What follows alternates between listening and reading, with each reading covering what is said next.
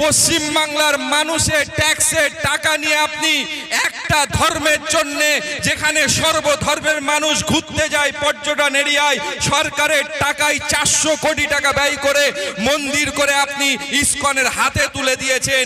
কি বোঝাতে চাইছেন আমরা বুঝি না?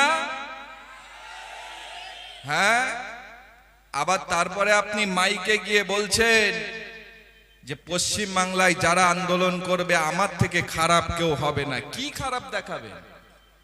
ভোট তো যখন করেন ওই দিনাজপুর, মেদিনীপুর, মুর্শিদাবাদ, দক্ষিণ 24 পরগনা, উত্তর 24 পরগনা, যত মুসলিম এলাকাগুলোতেই তো সব দেখি ভোট হয়, বাকি জায়গায় ভোট তো হয় না। আর এখানে ভোটটা করে যারা, তারা ওই আপনার জন্য যে গরুগুলো লাথি মারে তারাই কিন্তু ভোটটা করে, ভোট অন্য কেউ করে না। আপনি বলছেন তাদেরকে হুইপ দিচ্ছেন।